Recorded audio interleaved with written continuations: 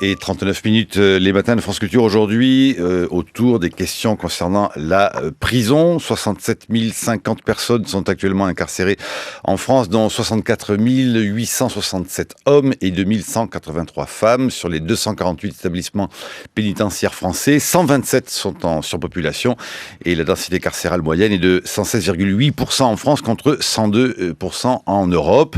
Et le taux de suicide dans les prisons françaises 2 fois supérieur à la moyenne européenne. Pourquoi la France a-t-elle des prisons que certains considèrent que certains considèrent que l'État en est totalement déplorable? Comment sont accompagnés les détenus? Comment l'État gère-t-il la question de la prison? Aujourd'hui, 2 personnes pour nous parler, 2 personnes qui seront sans doute sur des positions assez différentes. Étienne Noël, bonjour. Bonjour. Avocat pénaliste au barreau de Rouen, vous avez été secrétaire de l'OIP, l'Observatoire international des prisons, et vous publiez aux côtés des détenus un avocat contre l'État chez Bourrin. Ça a sorti à l'automne dernier. Et avec vous, Alain Laurent, bonjour.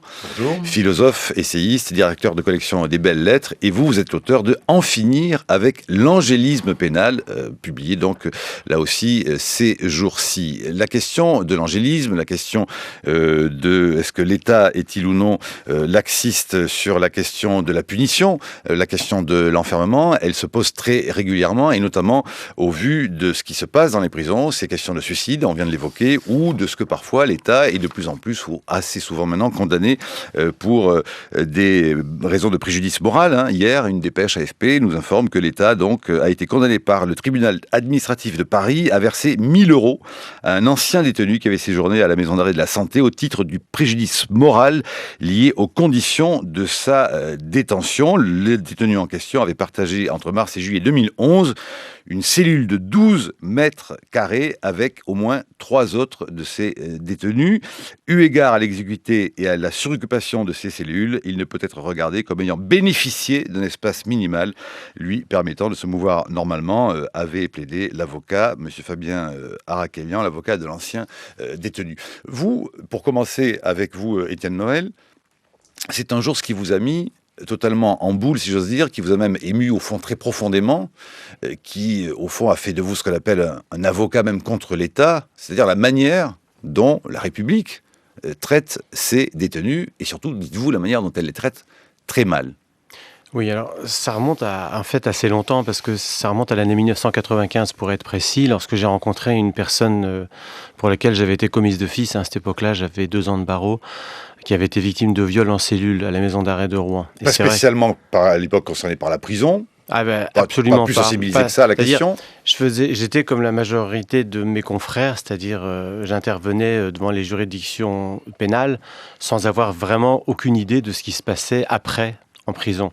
Et quand j'ai rencontré ce jeune, c'est vrai que tout m'est sauté à la figure et je me suis rendu compte un peu quel travail on pouvait faire, quel travail pouvait faire l'avocat aux côtés de ces gens-là.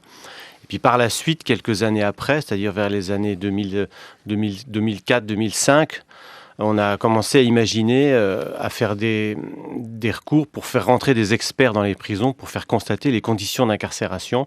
Et c'est dans cette ligne-là, en fait, qu'est intervenue la condamnation pour la maison d'arrêt de Paris-La Santé dont vous venez de parler. Et donc vous vous êtes dit qu'il fallait, au fond, juger, mettre en cause l'État ? Oui, c'est-à-dire que jusqu'à présent, à partir de 1995-1997, je faisais des recours lorsqu'il se passait quelque chose en cellule. Des viols, des meurtres, des suicides et toutes ces choses atroces qui jalonnent le quotidien des personnes détenues. Et l'innovation, en fait, a été de faire des recours sans qu'il ne se passe rien en cellule, juste pour faire constater l'indignité des conditions d'incarcération dans un certain nombre de maisons d'arrêt en France. Et c'est depuis une vague qui ne s'arrête pas. La preuve, là, encore hier. Comment, du coup, observez-vous les réformes qui régulièrement se succèdent d'alternance en alternance, tantôt réformes visant à construire plus de prisons pour désengorger justement les prisons, la question au fond de la population carcérale et de la construction de prisons, et puis d'autres politiques, celle initiée par Christiane Taubira, qui considère qu'il faut au contraire revoir la question des peines et surtout essayer de désengorger les prisons en revoyant, on pourrait dire, de façon très globale, le système de la punition. Oui, alors, D'abord, construire des places de prison, ça ne procède pas d'une réforme, mais d'une tendance lourde qui est constante depuis déjà extrêmement longtemps. Il y a eu toute une série de programmes qui se sont succédés en France dans les 30 à 40 dernières années. Et en ce moment, effectivement, il y a eu un moment où on a, sous la précédente présidence, il y a eu des programmes extrêmement lourds, effectivement, qui ont été mis en place. Mais ce n'est pas vraiment donc une réforme. Par contre, ce qu'il faut noter, c'est, à mon sens, l'inefficacité totale de toutes les lois qui se sont succédées depuis celle de décembre 2005, tendant avec la prétention de lutter contre la récidive. On a aggravé le sort des personnes condamnées ayant récidive d'une manière que je considère, moi, comme absurde. Sans véritablement qu'on mesure à chaque fois l'impact de telle ou telle loi au moment où on en votait une autre. Et la réforme pénale de Mme Taubira, effectivement, constitue... Vous dites qu'elle ne va pas assez loin dans votre livre, qu'elle constitue une avancée, mais que ça ne va tout de même pas assez loin. C'est-à-dire qu'elle est paradoxale, parce qu'il y a une volonté affichée, effectivement, de réduire la surpopulation dans les maisons d'arrêt. On crée cette nouvelle peine, qui est la peine de probation, qui vient se surajouter à un éventail qui existe déjà. Donc il y a une peine de plus à la disposition des juges. Et j'insiste là-dessus, d'autres l'ont fait avant moi, ça ne supprime pas l'emprisonnement ferme qui reste à la disposition des juges et qu'ils prononcent encore d'une manière extrêmement soutenue. Bon. Ce qui est paradoxal, c'est qu'en fait, la loi retourne en arrière sur quelque chose qui avait été voté par la loi pénitentiaire de novembre 2009 et réduit les seuils à partir duquel on peut demander un aménagement de peine ab initio, c'est-à-dire avant l'incarcération. C'était des seuils qui avaient été votés par le Parlement à l'époque du président Sarkozy, dans la loi vieux pénitentiaire, des seuils qui étaient de 2 ans pour les non-récidivistes, 1 an pour les récidivistes, et c'est réduit de moitié. Et c'est assez paradoxal lorsqu'on veut désencombrer les prisons, surtout lorsqu'on sait que la durée moyenne d'emprisonnement en France est de 10 mois. Donc une immense majorité de peines courtes, en fait. Est-ce que vous considérez qu'au fond, on condamne trop souvent à la prison des gens qui ne devraient pas l'être et vice-versa ? C'est-à-dire que je pense qu'on peut dire qu'il y a un certain nombre d'infractions qui ne devraient pas être punies par des peines de prison. Bon. Lesquelles, si on peut avoir un exemple un peu concret, un exemple.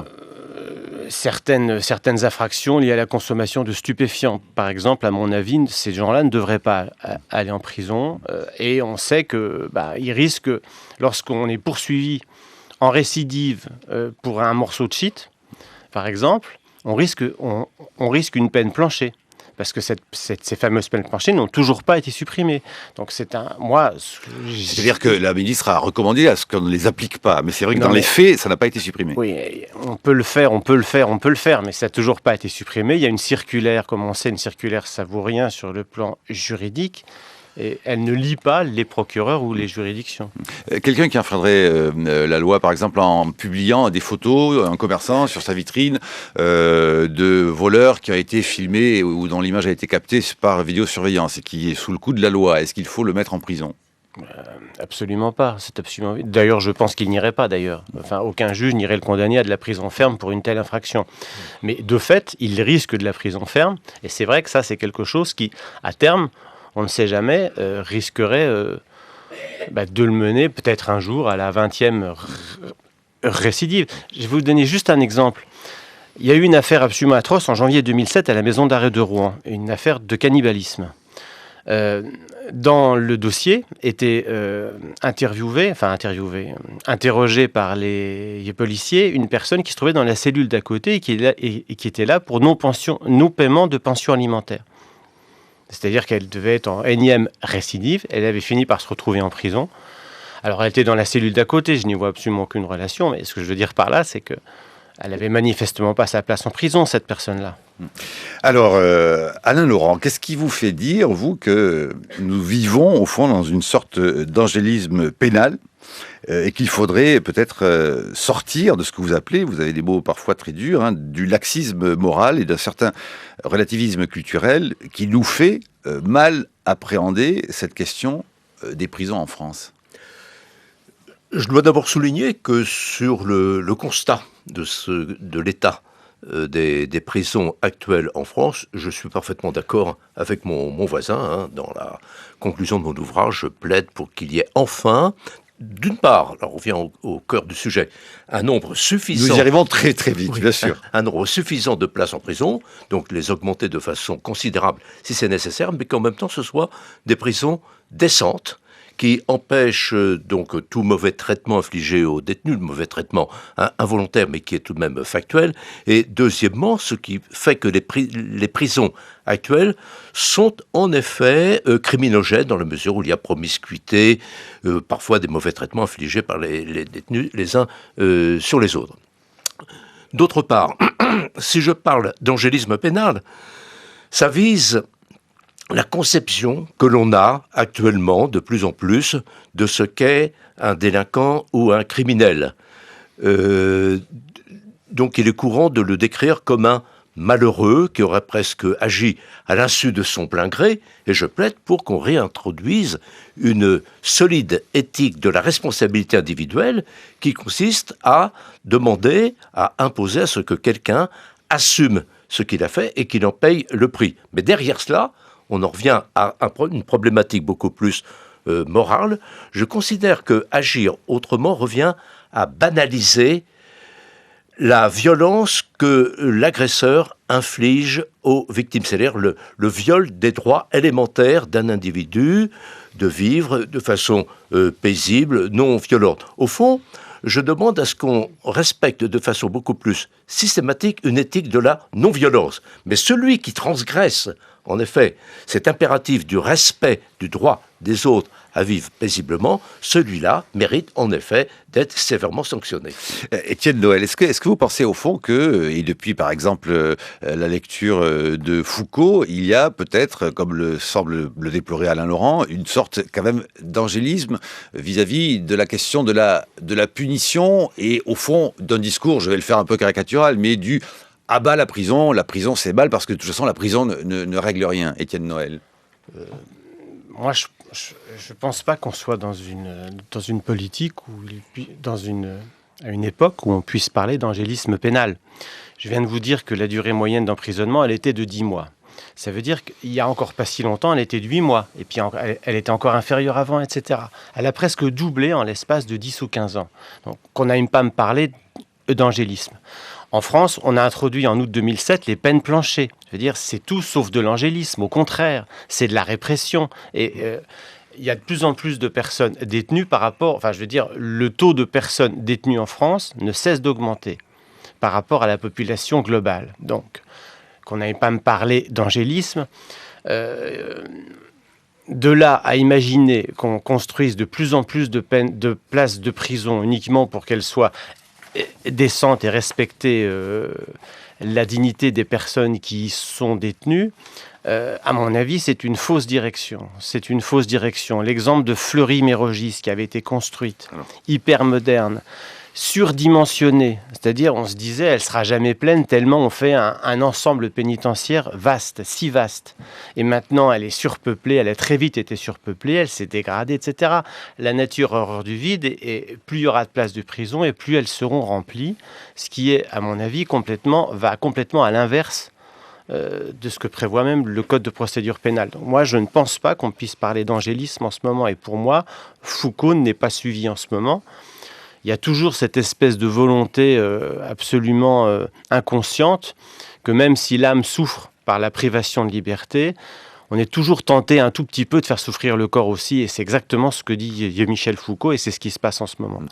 Comment commenter ce fameux taux de suicide, La France est dans le peloton de tête du plus fort taux de suicide en prison, 6e rang derrière l'Islande, le Luxembourg, la Slovénie, le Danemark, la Suède, un taux de 14, voire 15 pour 10 000 détenus en 2007, chiffre de 2007, et même au quatrième rang sur les cartes et les biais statistiques. Qu'est-ce qui pousse les détenus au suicide, si tant est qu'on puisse le savoir, Étienne Noël? C'est la gravité de l'infraction, la durée de la peine à purger, ce sont les conditions de détention,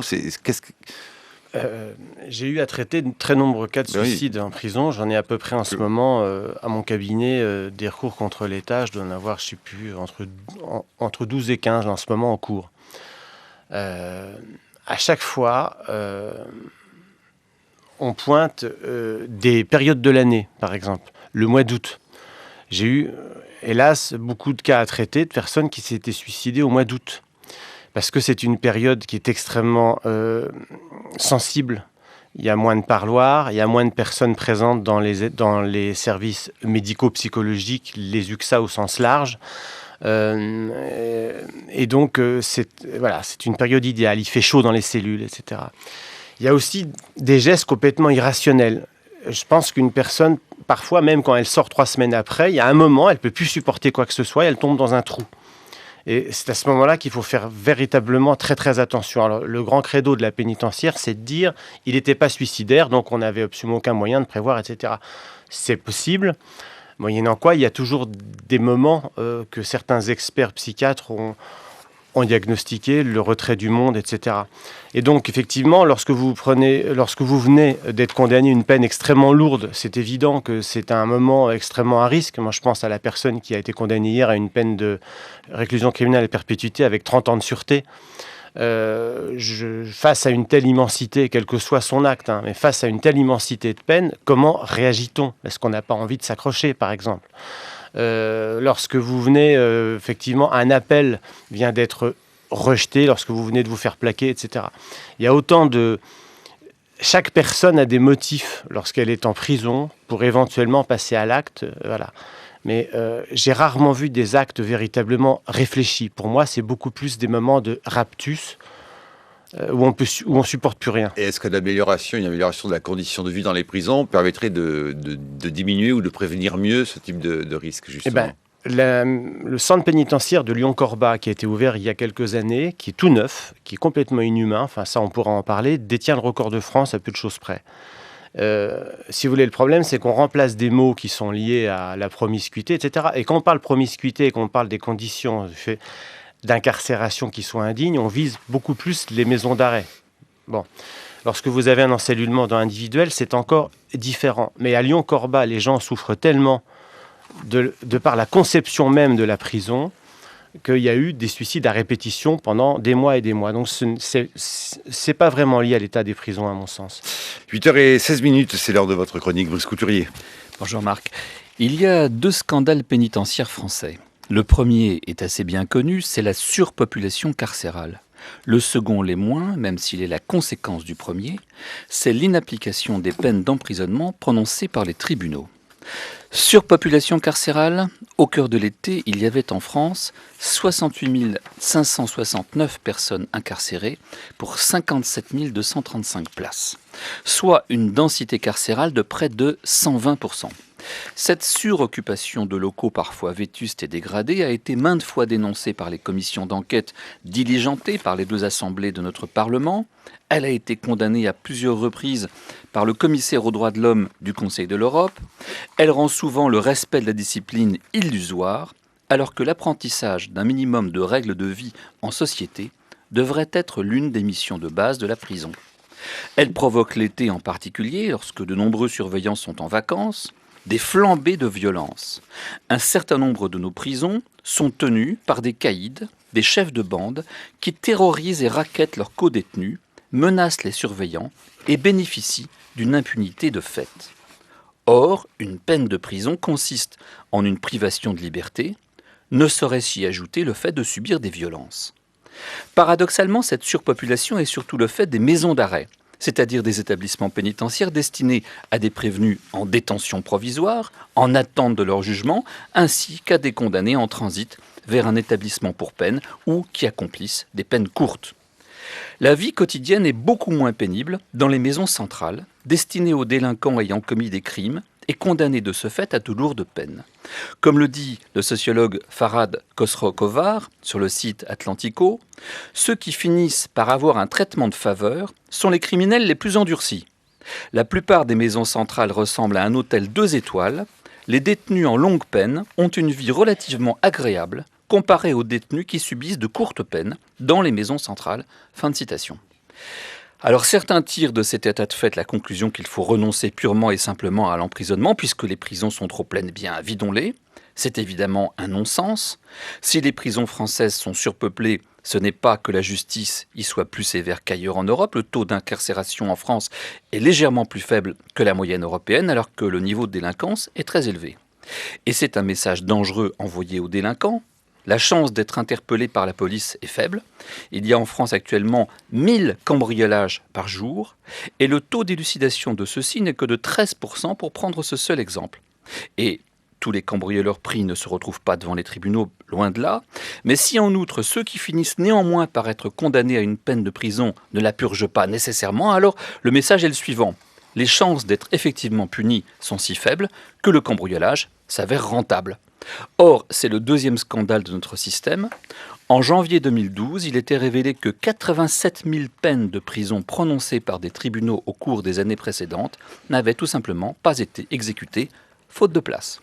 Alors je répète ma question de tout à l'heure, est-ce que la solution consiste à construire davantage de prisons afin de punir dans des conditions décentes par une privation de liberté, ou bien de privilégier les peines de probation quand il s'agit de peines de prison courtes, comme l'envisage la garde des Sceaux? La chronique de Brice Couturier à retrouver sur franceculture.fr. Alors j'ai vu des sourcils se lever, des francs se plisser. Je n'ai pas vu de sourcils se lever chez Alain Laurent, mais j'ai vu un sourcil se lever sacrément chez Étienne Noël, l'avocat, maître Noël. Oui, ces fameuses 84 000 peines de prison non exécutées, c'est un montage destiné à essayer de vous faire admettre qu'il faut plus de places de prison. Dans ces 84 000 peines non exécutées, il y a une immense majorité de peines courtes qui sont destinées à être aménagées ab initio par un juge de l'application des peines. C'est-à-dire que lorsqu'une peine de prison ferme est prononcée, rares, fort heureusement, sont les mandats de dépôt qui sont prononcés à l'audience, sauf dans les comparutions immédiates, très très souvent. Bon, mais une peine classique qui est prononcée, de quelques mois de prison, la personne ne part pas en prison et est convoquée par le juge de l'application des peines pour que une tentative d'aménagement de peine ab initio soit mise en place sous la forme d'un bracelet électronique, la plupart du temps. Et c'est en fait ce stock de peines qui n'est pas encore aménagé par le JAP dont il est question là. Et c'est la loi qui le prévoit. Et donc, le gros problème, c'est pas tellement les places de prison, c'est le nombre de juges d'application des peines, c'est le nombre de greffiers pour arriver à gérer tout ça. Dans certains tribunaux, certains juges de l'application des peines ont des milliers de dossiers en retard, mais c'est pas du tout du laxisme ni quoi que ce soit, c'est simplement parce qu'il n'y a pas assez de monde pour traiter tout ça. Bon. Et ça revient au même, hein. Ça revient absolument au même, simplement que dire il faut des places de prison, non, je ne dis pas. Si elles sont déjà surpeuplées et qu'il y a... Enfin, moi j'ai aussi des chiffres. Des gens qui ont été condamnés, par exemple, à des peines de 6 mois à 1 an, il y en avait 8860 qui ne purgeaient pas cette peine. Oui. Alors à quoi ça sert que des tribunaux se prononcent pour une peine de prison si elle n'est pas appliquée? Étienne Noël. Le but de l'aménagement de peine ab initio, c'est d'organiser la peine de façon à ce qu'elle soit purgée à l'extérieur, si vous voulez, sous la forme d'un bracelet électronique qui est une sorte... Donc c'est une peine de prison qui ne sera pas une peine de prison, finalement. Alors, le bracelet électronique, c'est une sorte de... C'est une contrainte extrêmement lourde qui est imposée à la personne pendant toute la durée de sa peine. Et de la même manière qu'une personne qui sort en libération conditionnelle après avoir purgé une partie de sa peine, elle continue à la purger jusqu'à la fin. Et la personne à qui on accorde un aménagement de peine ab initio avec un bracelet, c'est, à mon avis, de l'intérêt même de la société, puisque qu'est-ce qu'on peut faire comme travail constructif, puisque c'est un but de la peine quand même. Il y a la sanction, puis il y a aussi la réinsertion. C'est le grand soir de la prison, ça serait de faire en sorte que les gens puissent se réinsérer en purgeant une peine à l'intérieur des murs. Bon. Le gars qui a 3 mois à purger, qu'est-ce qu'il va faire pendant ces 3 mois, sinon croupir en prison, alors que l'aménagement de peine, le juge de l'application des peines, il le reçoit. Qu'est-ce qu'il va faire ? Il va examiner un projet sous forme d'un travail ou d'une formation avec un hébergement. Et c'est peut-être quelque chose que le gars aura réussi à trouver alors qu'il ne l'avait pas avant, ce qui est de l'intérêt même de la société et participe à son insertion. Et au moindre faux pas, ça sera retour à la case prison obligatoirement parce que la mesure sera révoquée. Et donc il a une épée de Damoclès au-dessus de la tête qui est bien plus efficace pour son intérêt à lui et aussi dans l'intérêt de la société. Prévoir l'enfermement en tant que tel, c'est à mon avis un non-sens. Alain Laurent. Oui, je crois qu'il y a deux points là sur lesquels on est en total désaccord. D'une part, ce qu'il convient d'appeler purger sa peine, dans la mesure où une peine n'est plus, si je puis dire, c'est tout de même le sens des mots, pénible, ça veut dire que les choses n'ont plus de sens. Donc purger une peine déjà qui a été prononcée, et avec en vue de la transformer immédiatement en quelque chose qui est du non carcéral, c'est tout de même un peu se moquer du monde. C'est une mesure judiciaire, ce n'est certainement pas une peine. Il y a un autre débat. Moi, je maintiens qu'il n'y a pas forcément consensus sur le fait que la finalité ultime de la prison soit la réinsertion. La peine de prison, elle est d'abord là, sur le plan, moral. Il faut tout de même revenir à des considérations de philosophie morale élémentaire. Elle est là pour sanctionner la transgression violente des droits d'autrui. On est à une époque où sans arrêt on se gargarise avec l'autre. Mais si on s'occupait des autres concrets, dont les droits élémentaires sont violés par celui qui agresse. Si on ne sanctionne vous écrivez noir sur blanc, c'est vers la fin de votre livre, punir relève d'une nécessité morale. Absolument. Vous voulez rappeler cela? Oui, sinon, disons, en transposant le célèbre titre d'Hannah Arendt, on arrive à la banalisation, sinon du mal, du moins de ce que j'appelle la transgression violente pour essayer d'éviter la distinction entre crime, délinquance, etc. La réinsertion ne peut être que quelque chose de second. Si on ne l'objectif premier, c'est une punition, mais au sens véritable du terme, où c'est quelque chose qui non seulement revient à priver de la liberté, parce que s'il en est autrement, s'il n'y a que privation de liberté, mais que le détenu bénéficie de conditions de détention tout à fait agréables, ça veut dire qu'un travailleur pauvre a de quoi se plaindre en disant qu'il est bien plus mal loti que celui qui a transgressé. Alors, est-ce qu'il suffirait, pour être bien traité par la société, d'agresser ses semblables, alors que des gens qui touchent moins que le SMIC sont tout de même dans un état déplorable? Étienne Noël? C'est un peu caricatural tout ça, et pardonnez-moi, moi si vous voulez, c'est l'inverse aussi qui est caricatural. Je ne suis pas philosophe, moi j'ai les mains dans le cambouis tous les jours. Oui, mais revenir au problème des principes fondamentaux, c'est pas une mauvaise chose.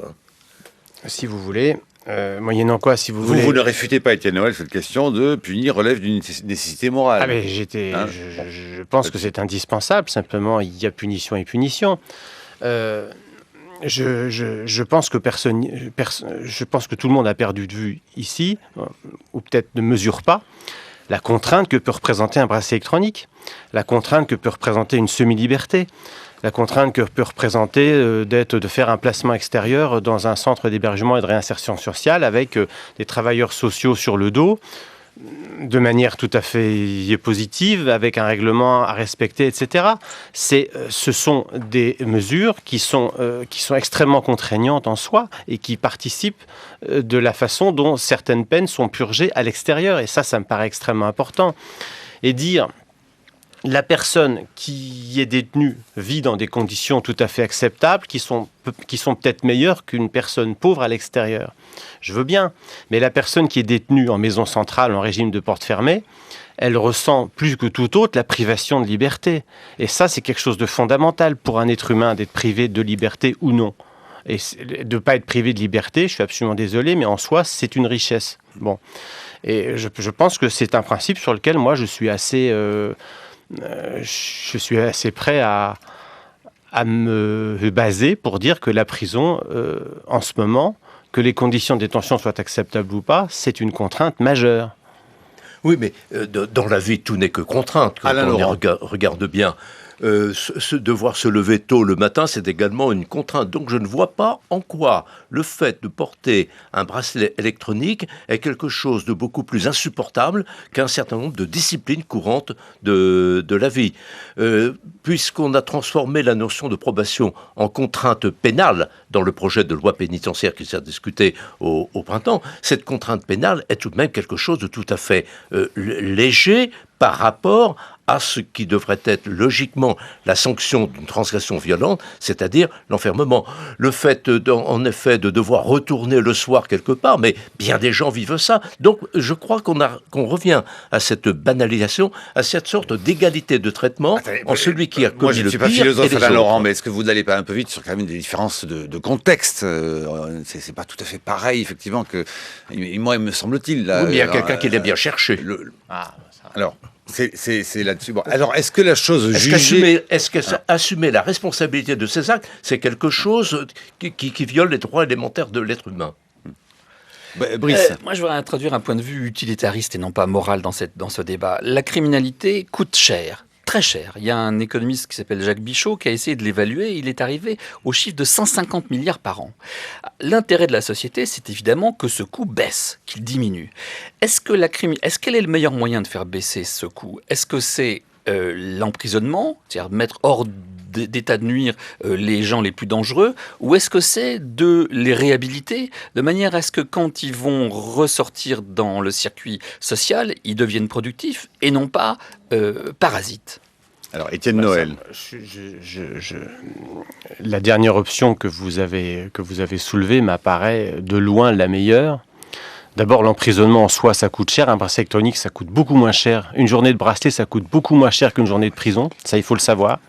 Donc, si on va sur le terrain économique, on se rend compte que la prison, surtout maintenant, les prisons qui sont construites avec des partenariats publics-privés qui endettent l'État pour des dizaines et des dizaines d'années, avec des taux d'intérêt absolument monstrueux qui font que les loyers sont de plus en plus chers, ça, c'est véritablement une impasse. Et ça coûte très, très cher. Et ça... les gouvernements de M. Sarkozy, pour simplifier, avaient multiplié les projets de prison en partenariat public-privé qui endettent l'État pour des générations. Bon. Madame Taubira a exhumé des cartons 3 projets de prison en partenariat public-privé alors qu'elle y avait renoncé parce que de toute façon, elle s'est rendue compte qu'il fallait lâcher un peu de lest à une époque. Et ça, c'est profondément coûteux. Et ça, il faut le savoir. Bon, et donc, ça, sur le plan économique, ça, c'est absolument certain qu'on va dans le mur si on construit des prisons en ce moment. Les bracelets électroniques, ça coûte beaucoup moins cher. Bon, je pense avoir assez insisté sur ce point-là.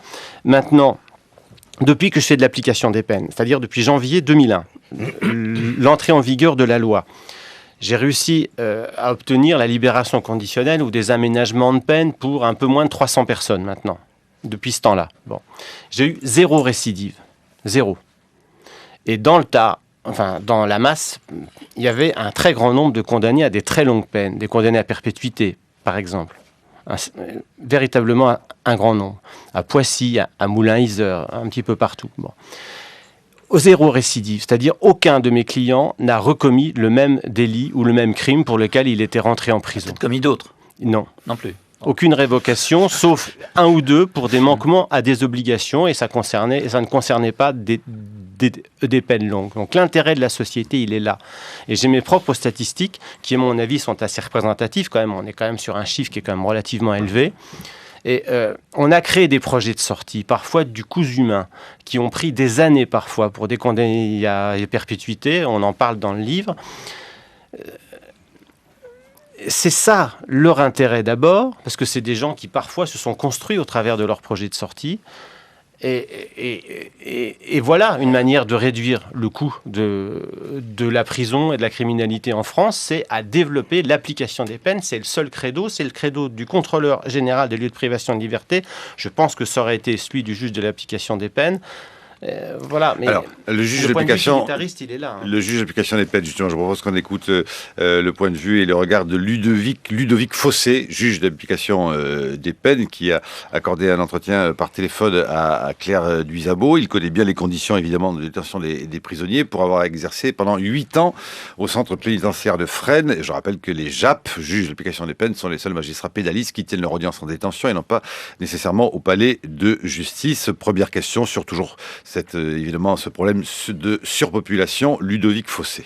Il faut bien prendre conscience que la surpopulation pénale, c'est non seulement le fait que des détenus sont entassés dans des cellules et éventuellement n'ont même pas de lit pour dormir mais dorment sur un matelas, mais ça veut dire évidemment que le ratio en nombre de surveillants, en nombre de personnel de soins, en termes d'enseignants, d'encadrement, etc. est insuffisant puisque hélas le nombre de personnes qui interviennent en prison ne croît pas avec le nombre de détenus qui y entrent. C'est-à-dire qu'il n'y a pas plus de médecins, pas plus de psychologues, pas plus de psychiatres, pas plus de professeurs dans une maison d'arrêt, qu'elle soit occupée à 100%, qu'elle soit occupée à 200%. Donc c'est clair que si on ramène le nombre de personnes incarcérées à la taille de la prison, à son nombre de places théoriques, on rend les conditions de détention évidemment beaucoup plus faciles. Et on règle un très grand nombre de difficultés aujourd'hui qui sont liées à ça, que ce soit l'absence d'activité en détention, la difficulté d'organiser les parloirs, les circulations. C'est vraiment la chose la plus urgente, c'est celle-là. Voilà, Ludovic Fossé, à qui Claire Duisabo a également posé la question donc de savoir si les peines de probation voulues par l'actuelle garde des Sceaux, Madame Taubira, allaient permettre de désemplir les prisons et s'il existait ou pas un lien direct de cause à effet entre cette mesure et la question de la surpopulation. Ludovic Fossé.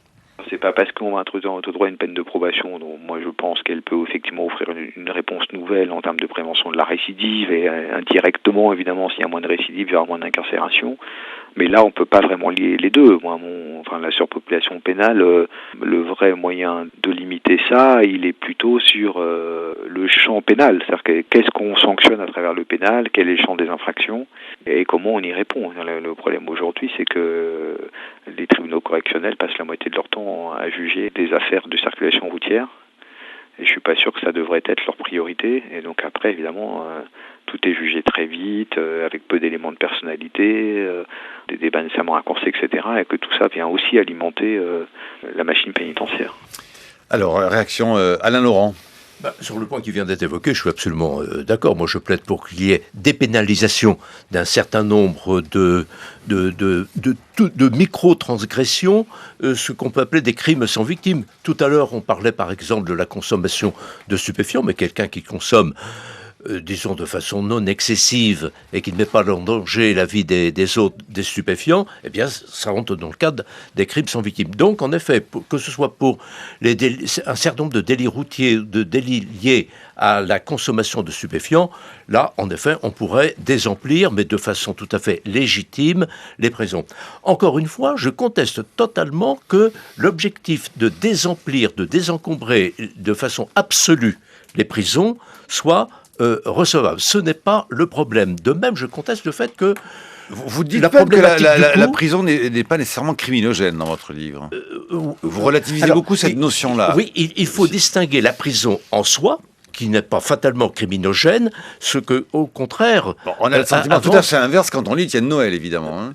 Pardon ? On a le sentiment tout à fait inverse de ça quand on lit le livre d'Étienne Noël. Oui, alors la prison en soi n'est pas criminogène, donc là je m'oppose totalement à ce que peut dire Foucault, mais en effet, c'est la manière dont se trouve dans un état déplorable un certain nombre d'établissements pénitentiaires actuellement. Donc ne confondons pas quelque chose qui est circonstanciel et quelque chose qui vaut en soi. Ça, c'est une chose. D'autre part, je reviens sur le problème du coût. Moi, je crois qu'on vit malheureusement dans une époque où l'utilitarisme, surtout à dimension financière, devient le critère de tout. Or, comme l'avait très bien souligné Benjamin Constant, parce que le problème se posait déjà à l'époque, l'utilité n'est pas un principe. Avec l'utilitarisme, on peut justifier rigoureusement n'importe quoi. À la limite, les nazis pouvaient justifier leur odieux système avec l'utilité. Donc moi, je plaide pour qu'on vienne à quelque chose de beaucoup aux fondamentaux, encore une fois, à la dimension éthique de la sanction. Vous plaidez pour la question du nécessaire contre la question de l'utilitarisme. Oui, parce que le combien ça coûte devient quelque chose de tout à fait concernant. Est-ce qu'on va se dire ça à propos de l'éducation? Est-ce qu'on va se dire ça à propos du système hospitalier? Donc il y a un certain nombre de services publics nécessaires à la République qui doivent être assumés en tant que tels. Alors, Étienne Noël, et puis je vois que Caroline Liachef va intervenir. Étienne Noël. Oui, alors, moi j'aimerais bien que la prison reste un service public, précisément. Alors, on sait maintenant qu'un très très grand nombre d'établissements pénitentiaires maintenant sont gérés par le privé. Et donc, la notion utilitariste et la notion de profit rentrent en prison. Et ça, c'est ça qui est extrêmement grave. Il fut un temps, les prisons étaient construites par l'État, gérées par l'État, et les personnes détenues étaient surveillées par l'État. Bon, maintenant, il n'y a plus que la surveillance qui s'effectue, en fait, qui est encore, fort heureusement, une prérogative régalienne de l'État, c'est d'accord. Mais tout le reste, maintenant, les cantines, c'est privatisé. Donc moi, je me dis que la société qui est filiale du groupe qui a construit la tôle cherche quelque part aussi à tirer son profit dans cette histoire-là. Moi, j'ai un de mes clients à Saint-Quentin-Falavier, près de Lyon. On lui faisait passer sur des hectares des produits désherbants sans la moindre protection. Bon, je veux dire, il a fallu que je fasse un courrier, c'est rentré dans l'ordre, mais bon, je veux dire, voilà, c'est toujours cette notion de profit. Et donc, l'État devrait, à mon avis, toujours chercher à construire des prisons pour remplacer celles qui sont obsolètes. Effectivement, il y en a un très très grand nombre en France, mais le problème, il n'est pas là. Le problème, il n'est pas là. Il ne faut pas multiplier les places de prison. Il faut surtout faire en sorte que la peine soit d'une durée optimale et que la personne puisse, lorsqu'elle est rentrée en prison, en sortir lorsque le moment est venu et que le moment de sa réinsertion est venu.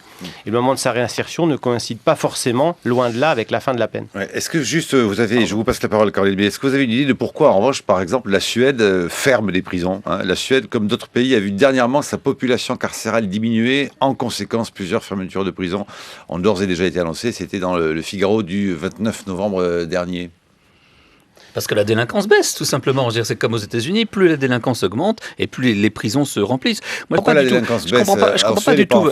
Par exemple, aux États-Unis, la délinquance baisse parce que justement, la justice a été extrêmement sévère. On a vu que, on nous dit toujours qu'il est dans la logique de la modernité, que la délinquance progresse toujours. On voit que la ville de New York est devenue beaucoup plus sûre que la plupart des capitales européennes, y compris Paris, parce qu'effectivement, la justice y a été terriblement sévère. Alors, on remplit les prisons dans un premier temps et puis on les vide après. Parce que c'est dissuasif. Alors, aux États-unis, on les vide très très longtemps après, parce que les peines qui sont prononcées sont absolument démentielles. Il ne faut quand même pas oublier. Alain Laurent et puis Caroline. Il faut tenir compte aussi du contexte culturel scandinave. C'est pas par hasard que là-bas, la très grande majorité des citoyens respectent strictement tout ce qui permet de vivre ensemble de façon paisible. Voir par exemple la circulation routière, le respect des droits des piétons. Donc ça s'apaise dans le contexte. Alors, d'autre part, je reviens tout de même à ce problème du coût. Ce qui se passe, c'est que trop souvent, jusqu'alors en France, lorsqu'on a construit de nouvelles prisons, elles se substituaient à des établissements qui étaient dans un état déplorable, mais ça ne faisait pas augmenter le nombre total de places disponibles. Donc ça veut dire qu'il doit y avoir un programme tout à fait conséquent de construction de prisons décentes, de telle sorte en effet que ce manque soit résorbé. Caroline Liachef. Oui, je voudrais dire deux choses. D'abord par rapport au problème économique. L'idée, c'est que construire des prisons, ça coûte cher. Et vous dites vous-même que dépenser de l'argent pour les prisonniers, finalement, est-ce que c'est ça qu'il faut faire? Ou plutôt, est-ce que la société civile ne trouve pas qu'on dépense trop? Donc le problème économique, il joue là aussi. La deuxième chose, c'est la question de remplir les prisons avec des personnes qui sont des malades mentaux. Vous avez posé la question de la responsabilité. Aujourd'hui, les personnes personnes qui ont des troubles mentaux sont davantage sanctionnées que les autres au nom de ces troubles mentaux, alors que, en principe, cela devrait diminuer leur peine. Pour ces personnes, la question de la responsabilité, elle est posée, et la question des soins est posée, et n'est pas, et ils sont pas soignés en prison. Il faut être quand même tout à fait clair.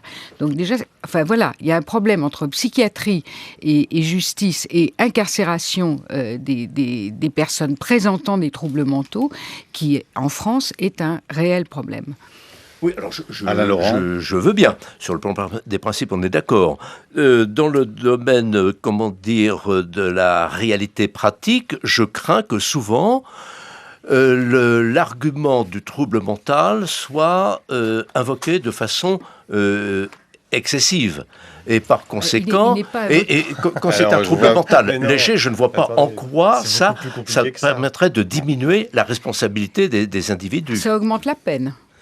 Actuellement, ça augmente la peine. Étienne Noël, et nous arrivons au bout de notre débat. Étienne Noël ? Je suis complètement d'accord avec Madame Eliascheff. On a la démonstration que la société, lorsqu'elle a affaire à quelqu'un pour lequel des collèges d'experts ont dit qu'il y avait une altération, c'est-à-dire même lorsqu'il est quasiment à la limite de l'abolition, vous pouvez être certain que celui-là, il va se prendre la peine juste en dessous du maximum. Parce que la jurisprudence dit, l'altération vous permet d'éviter le maximum. Et donc, on a beaucoup d'exemples, dont un récent, 30 ans, 2/3 de sûreté pour une personne quasiment irresponsable.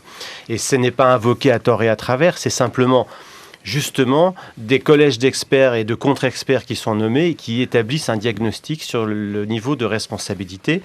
Et on a 0,5% par an de déclaration d'irresponsabilité. Donc il ne faut quand même surtout pas dire que c'est invoqué à tort et à travers. Merci à vous. Nous reviendrons sur ces questions. Évidemment, la réforme pénale de Christiane Taubira est en cours, donc vraisemblablement d'autres matins consacrés à ce sujet. Je rappelle, Alain Laurent, en finir avec l'angélisme pénal, c'est aux belles lettres. Étienne Noël avec Manuel Sanson, aux côtés des détenus, un avocat contre l'État chez François Bourin, éditeur.